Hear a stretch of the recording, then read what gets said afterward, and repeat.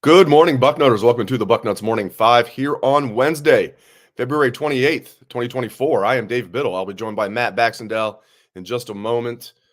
Bax and myself and everybody else in Central Ohio, we woke up to tornado sirens and alarms just before 5 a.m. this morning. So I just hope everybody in Central Ohio is okay. It sounds like the damage was mitigated, so that's good.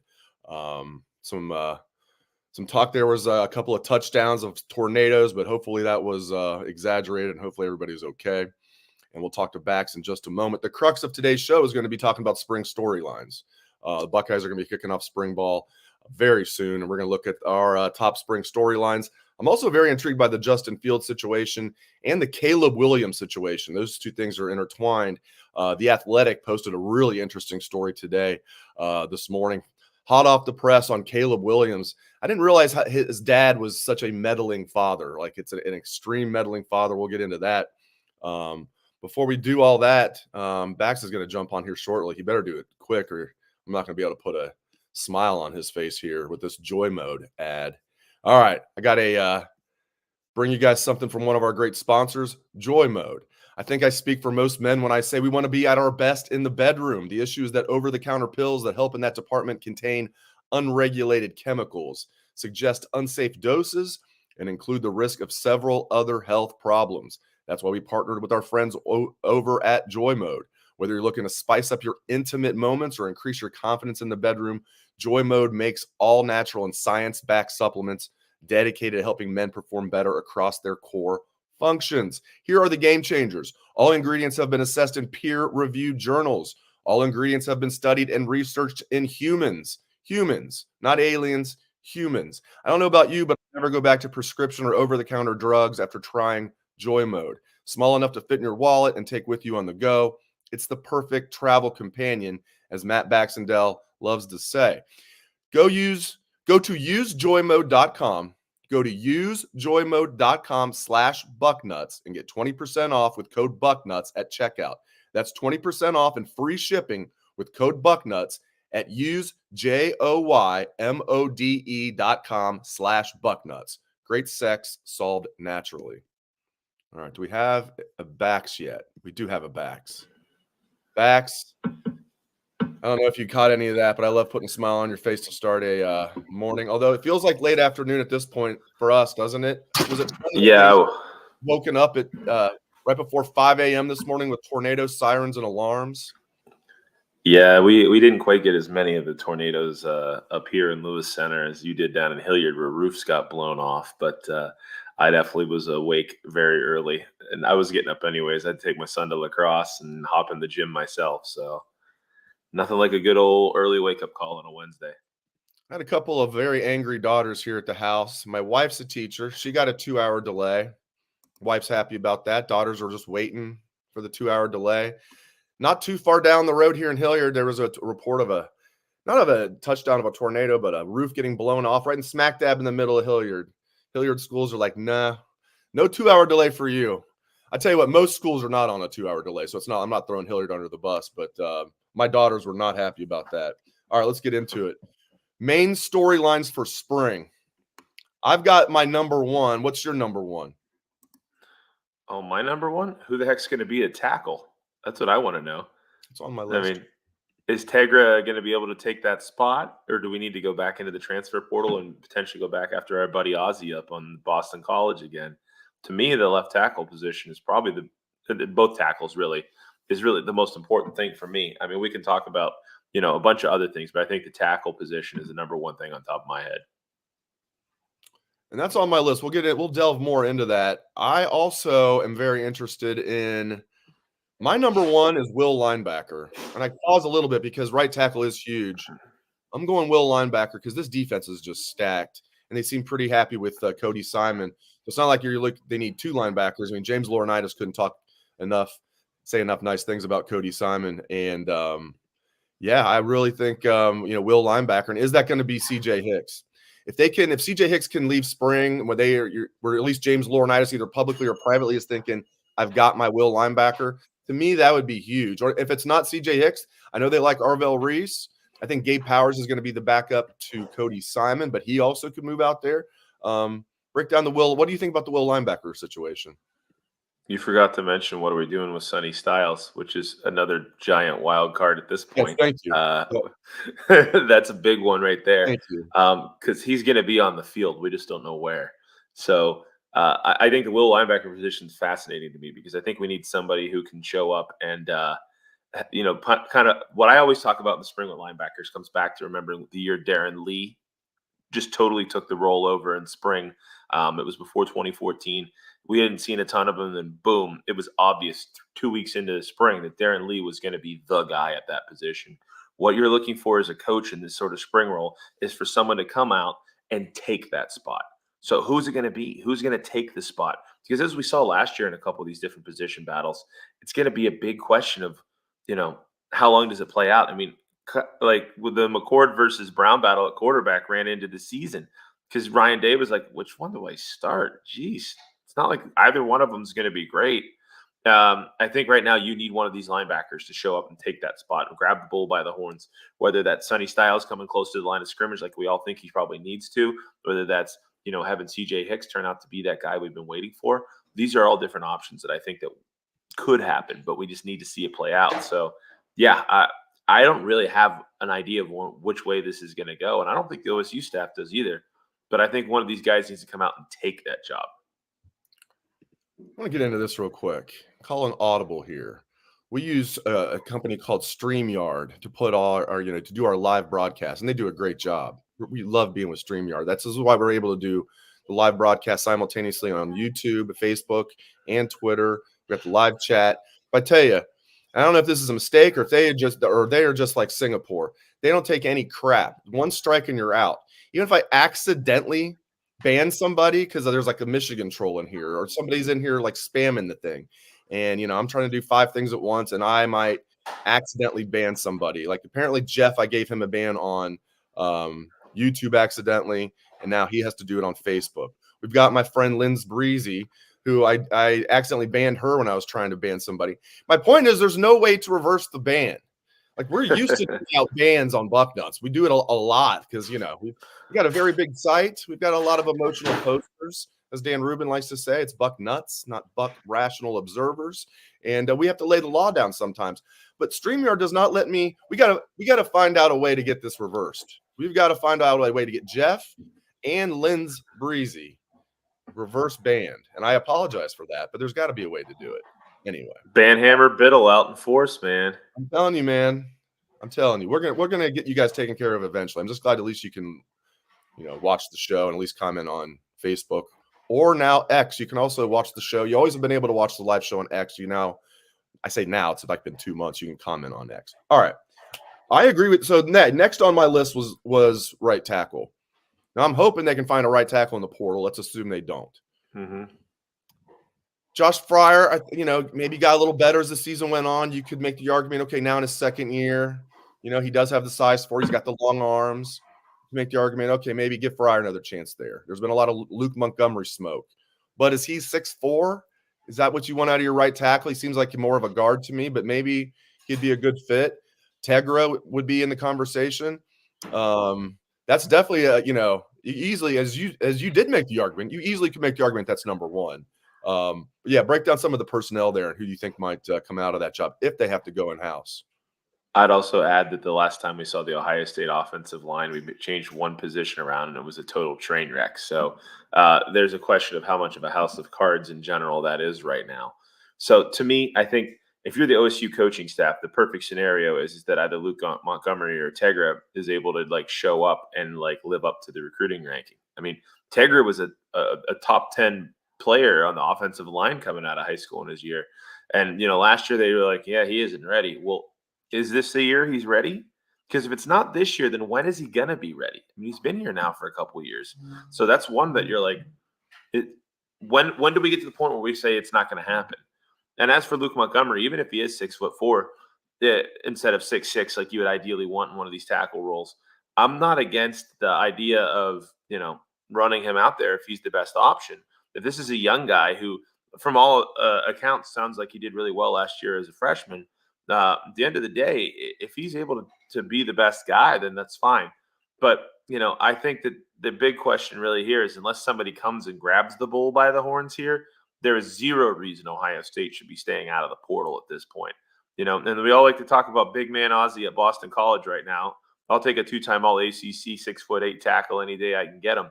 But whether he's actually available is a whole different ballgame. But the portal is going to be a big discussion point here, because unless Ohio State feels strongly that the line is very good, I would almost say they need to walk out of this going, the offensive line is way better than we thought it was. Then my big question, plain and simple, is it's no reason to get out of to not go into the portal. Why wouldn't you?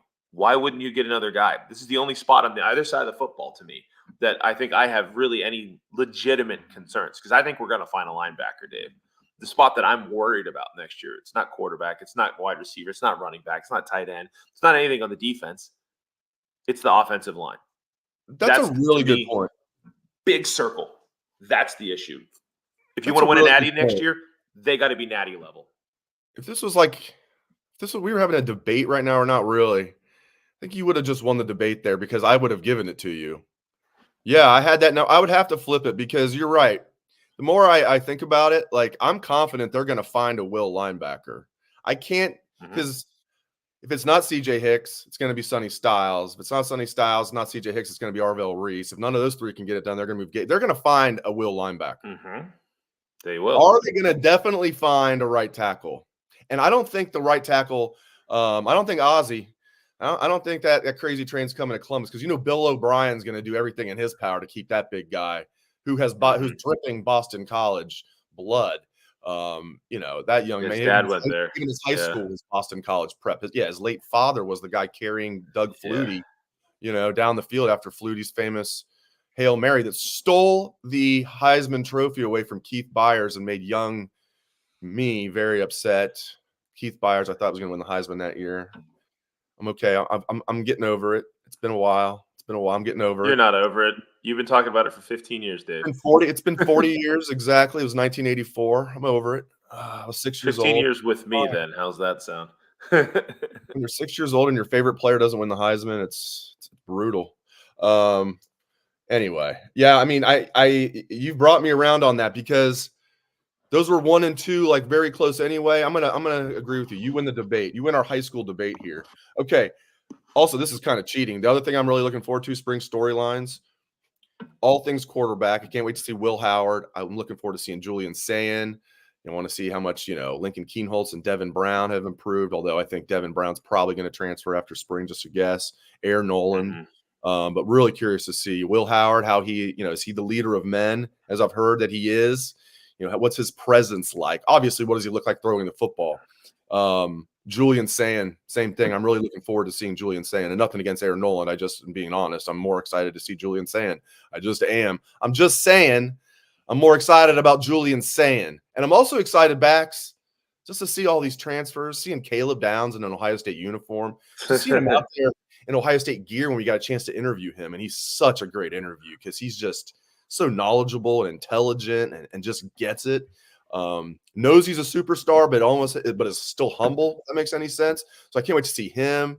I can't wait to see, like, some of the freshmen, like Jeremiah Smith. I'm getting jazzed just thinking about it, man. So those are some of the other things, the quarterbacks and all the newcomers. Yeah, and I think you touched on it with Jeremiah Smith. It's going to be real interesting to see if he's as good as everybody says he is, because it's not easy to come to a place like Ohio State and, as a freshman, walk into that position at wide receiver. I mean, this is the preeminent wide receiver school in the country now. And, there's a lot of talk about how good Carnell Tate looked last year, and then he only got on the field a certain amount because there were so many good guys in front of him. There's lots of talent that's older than Jeremiah Smith that were big-time recruits on their own. And I think the consensus is everybody's like, well, this guy's going to waltz in and be immediately, like, maybe one of the best receivers in the country. So can he live up to that hype? That's going to be very fascinating to watch play out. I'm also interested to see Will Howard, because let's face it, this is a one-year stopgap quarterback until these young 5-star level guys, whether, Aaron Nolan, Julian Sayin, I'm not throwing Keenholz out of the mix yet at this point either. The reality is those guys probably aren't going to be ready yet. And so this is the year that Howard's sort of the Band-Aid to get to those guys. So is Howard able to level up in a way, because if you saw him at Kansas State, he did not have the talent around him that he's going to have around him at Ohio State this year. If he can manage the game appropriately and be a leader, he doesn't have to be, CJ Stroud. He just has to be Craig Krenzel in a lot of ways. Just manage the game appropriately, get the ball to your playmakers in space, and don't make mistakes. There's too much talent around him. The defense is going to be too good. So I'm interested to watch Will Howard a lot. And by the way, he can run. So that's another fun component that we're going to have that we certainly didn't last year at quarterback. So, yeah, that's going to be a lot of interesting stuff to watch play out there. And then I think the other thing, too, is I'm fascinated to see what does Chip Kelly bring to this offense. I mean, he came in late here, but that this is going to be a guy who has a significant input on what the offense looks like now that we do have that running quarterback. Are we going to get a little bit more of that early 2010s, late aughts, Oregon razzle dazzle? I'm fascinated to see what happens there. I love it. I mean, the Chip Kelly effect, because I think too many people, I know I've said this on the show before, I think too many people kind of think of the Chip Kelly, like almost like he's coming here as head coach. Not the Buckeye fans think he's coming here as head coach, but that's almost like the reaction you get. Like Chip Kelly is offensive coordinator after all of these years of being a head coach. I mean, now he gets to do what he loves to do, and he's taking a $4 million pay cut. He's got more money than he knows what to do with for the rest of his life. He's still making $2 million a year. He's going to be okay. He's going to be able to put food on the table. I think him coming here as an offensive coordinator is just such an underrated story, and it's going to be fascinating to see what adjustments he makes to this Ryan Day offense, which by no means is broke. Even with Kyle McCord at quarterback last year, like they were, still one of the top offenses. Yeah. So, and I'm really excited about this offense this year. I think Chip Kelly was a great hire. Go ahead. And it's an underrated thing too. You hit the nail on the head there, Dave, because think about it. 15 years ago, Chip Kelly was the hottest head coach in college football, not named Urban Meyer. I mean, it's that simple. And then he went to the NFL and he was successful. Maybe not as successful as the Eagles fans would have liked. At first he was successful. Yeah. Yeah. He was out the door, very successful. And the only reason he left Oregon was all that whole pay-for-play scandal stuff that he was trying to get out from. And he took the fall for the Oregon program, so the program would keep humming. Like, people forget that, right? The sanctions that were everybody expected to pound Oregon got kind of lightened because everybody blamed Chip Kelly for it. Then he went to UCLA, and it didn't work out the way people think. But UCLA, I think, is a tougher job than most of us, who are outside of the UCLA bubble would assume on the surface. They have the same issue Miami does without a stadium on campus. They're not really the biggest game in their own local area. When Miami has to compete with Florida State and Florida, and UCLA has to compete with USC, the lack of facilities makes it harder there. So the fact that Chip Kelly made them respectable, which is more than they've largely been in the last 25 years, is not a bad thing necessarily. I think people forget how elite Chip Kelly was at one point. I mean, at one point in time, this was a top 5 head coach in college football. This would be the equivalent of like Urban Meyer coming back to be like the offensive coordinator. Like it's the same sort of thing, right? Except Chip went off and had a different last little bit here. But Chip, I mean, this was a guy who took a team to a national title game. I mean, like, let's not forget that. This is a big time guy that they brought in to be a coordinator.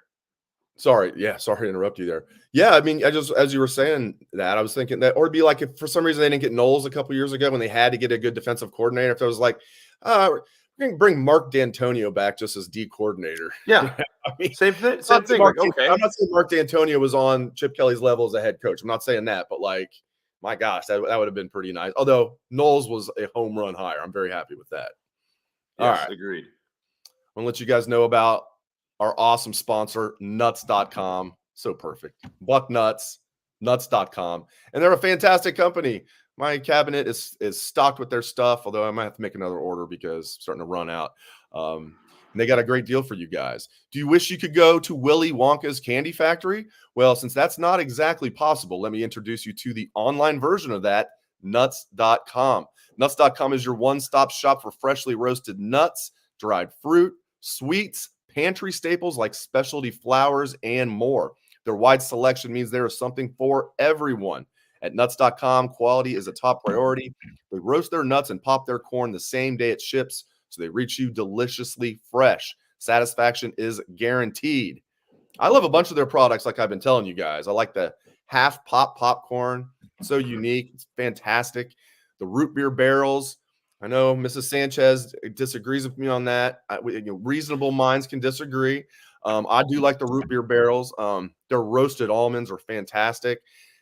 Their roasted almonds are like a little bigger than the typical roasted almond. They're just fantastic. And they got a bunch more stuff. Like I said, it's like going to Willy Wonka's candy factory, but it actually exists and you can get a good deal. Right now, nuts.com is offering new customers a free gift with purchase and free shipping on orders of $29 or more at nuts.com/bucknuts. So go check out all the delicious options at nuts.com/bucknuts. You'll receive a free gift and free shipping when you spend $29 or more. That's nuts.com/bucknuts. Bam. Tell you what, that's a marriage made in heaven. Bucknuts and nuts.com. All right.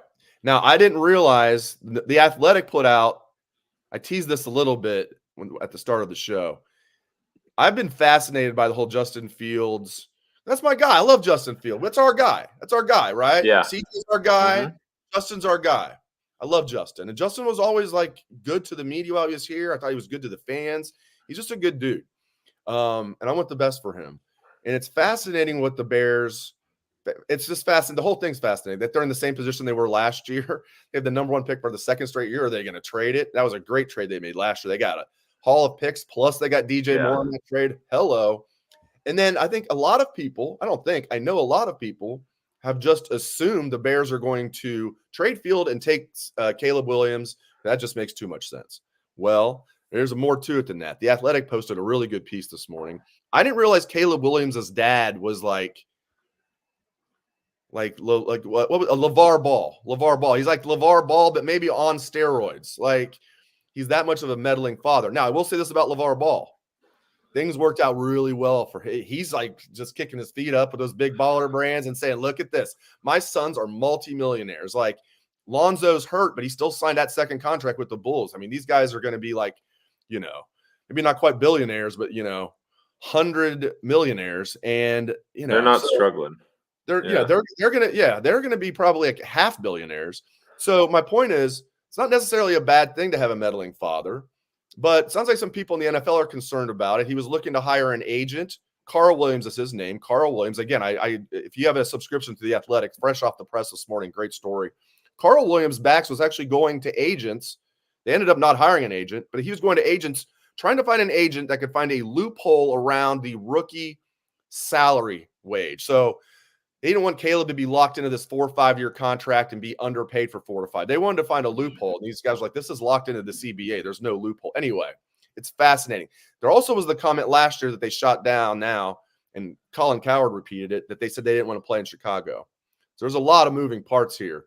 I tell you what, if I'm the Bears and I take Caleb Williams, I better be damn sure, because this guy is not an inch over 6 feet tall. He makes most of his plays outside the pocket. He holds on to the ball too long. He doesn't make many throws from inside the pocket backs. I mean, even Mahomes will sit there and tear you apart from the pocket. Yeah, it's great to make plays outside the pocket. Got some knucklehead tendencies, painting his fingernails F Utah, but not putting F-U-C-K, Utah on his fingernails in the Pac-12 championship game. You can't be a diva at quarterback. You can be a diva at wide receiver and corner. You can't be a diva at being an NFL franchise quarterback. You have to be a leader of men. I've said I don't know what's going to happen, but we're going to find a resolution soon to this. They're either going to have to trade him or something's going to happen. We're going to know in the next few weeks, in my opinion. What do you think is going to happen, Bax? Well, what I think should happen is probably different from what will happen, because you always bet on the stupidest outcome. It's a very easy way to go forward. I don't know why the Bears would give up on Justin Fields. He's been surrounded by monkey crap talent and a very insufficient coaching staff, and he's still doing all kinds of excellent stuff. Meanwhile, Caleb Williams is from Washington, D.C., and D.C. has the second overall pick. Why wouldn't you trade down, get a bunch of extra assets again, and then take Marvin? To me, this is like a no-brainer. And maybe that's what the Bears are doing. Maybe the Bears are being smart and building up that value left and right, and saying, yeah, we're considering trading Justin Fields. No, we really do want Caleb Williams just to get those extra assets, right? But to me, like, Caleb Williams is fine. He's going to be a decent NFL player. He doesn't strike me as like, the next Mahomes, right? But on the flip side of the coin, you have a good quarterback already in Justin Fields. Like, if the Bears actually want to get rid of him, hello, Pittsburgh Steelers on the line. I'll take him immediately, right? I don't have Yeah, any I power to don't make want trades that. for the Steelers. I want him right now. I want him No, right now. I know. Every Bengal fan who's also a Buckeye fan, and I bet Browns fans are the exact same way, are like, we saw that at one point that he might still be the betting favorite to be the Bears, or excuse me, the betting favorite for Justin Fields to be the quarterback next year was the Steelers. Am I saying that right? The Steelers were the betting favorite to land Fields. And I saw that. Justin Fields is so much better than Kenny Pickett. Oh, Kenny Pickett crap. sucks. You know, one of my favorite Buckeyes of all time is Cam Hayward.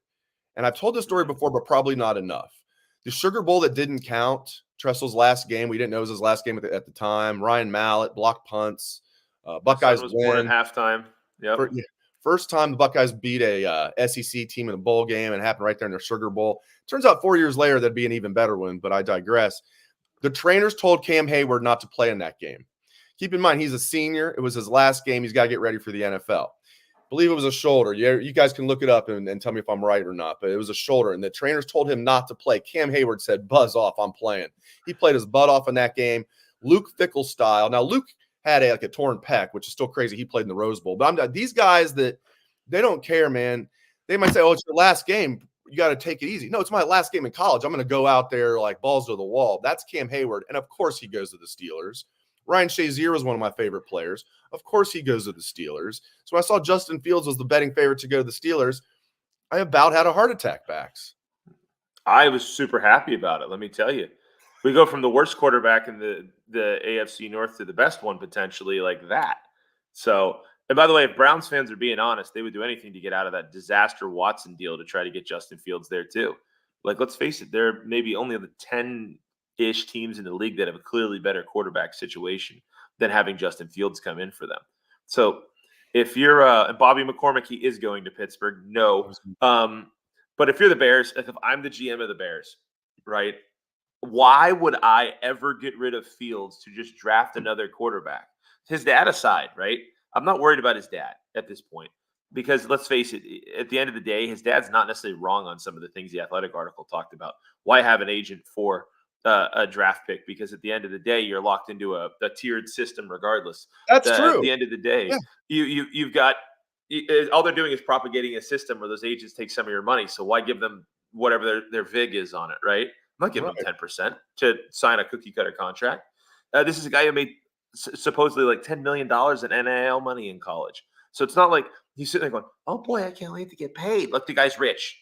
Like, this isn't a thing. They have a whole business team already for him. So I don't actually think the dad is anything abnormal at this point, but I don't think Caleb Williams, the player, is a real significant upgrade over Justin Fields, particularly we can just keep Justin Fields and go ahead and, get a bunch of more assets from the Commanders to drop one spot and still get Marvin Harrison Jr., who's the guy you actually need to get to help Justin Fields not have all the issues he does with maybe like one or two functional receivers and a line that can't block anything to save his life. To me, it's like lean into Fields and help him. That's exactly what I do. And, people talk about rookie contracts, and I get that. But, like, Fields still has 2 years left on his rookie contract. If you keep him, obviously you're going to pick up the fifth-year option. And then if you want to extend him after this year, Fields is not going to be a guy that's going to break the bank like a Joe Burrow or a Justin Herbert or some of these guys, these young quarterbacks that are, Jalen Hurts that have signed these massive deals. Josh Allen, Mahomes is in a league by himself. But, some of these guys that have, Burrow's a great example. So you can then, my point is, you can then re-sign Fields for a reasonable amount and not kill yourself with the cap. And the NFL cap, we knew it was going to go up. It went up exponentially more than people expected. Yeah. So I put weapons around Fields and I roll with him unless you're absolutely sure. And maybe like they'll trade with Washington, with, as you said, Williams being from Washington, and then they'll just move back one and take Marvin. Or maybe they like Jaden Daniels, or, they like Drake May. Who knows what they're going to do? It's fascinating, though. It's fascinating. Maybe they'll take a tackle so that Justin isn't getting killed every time. And the other thing, too, is if you look at his numbers over the course of his 3 years, they've only gotten better in almost every respect, right? And the Bears have won more games every year with him in charge, despite the fact the roster really isn't any better around him. His completion percentage has gone up every year. His total yards passing has gone up every year. His interceptions have dropped. They had the lowest number of interceptions last year. The end of the day, and by the way, last year they all said he ran too much his second season. Last year he attempted way more passes and ran less, and still was a really big running threat for running for like 600 or 700 yards. He's one of the top running quarterbacks in the entire NFL.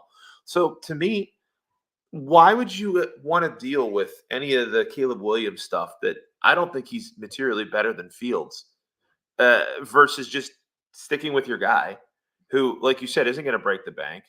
By the way, a guy who works his butt off and is as good of a kid as there is out there and just needs weapons around him or the ability to not get plastered when he drops back and goes 1-2, shit, run, right? Like that's the problem he's ran into in Chicago. You can get so many more assets to build a great team around him. Trade down one spot and take Marvin or an offensive lineman. It's a no-brainer. But if they're that dumb, I hope the Steelers are waiting on line one to get him. Bax, you're just bringing in the money. Mike on YouTube, I subscribe to Bucknuts because of Bax. I love that. It's because he's got the dead Schembechers as his avatar. I love that. Well, that's just good stuff right there. That's fantastic. That's fantastic. I tell you what's fantastic is Bax and all of our listeners, viewers. I appreciate you, Bax. Long show here. Had a lot of viewers in our live feed here. Really appreciate everybody for tuning in. Hope everyone has a great rest of your day. In Central Ohio, hope everybody stayed safe. All right. Have a good one, Bucknutters.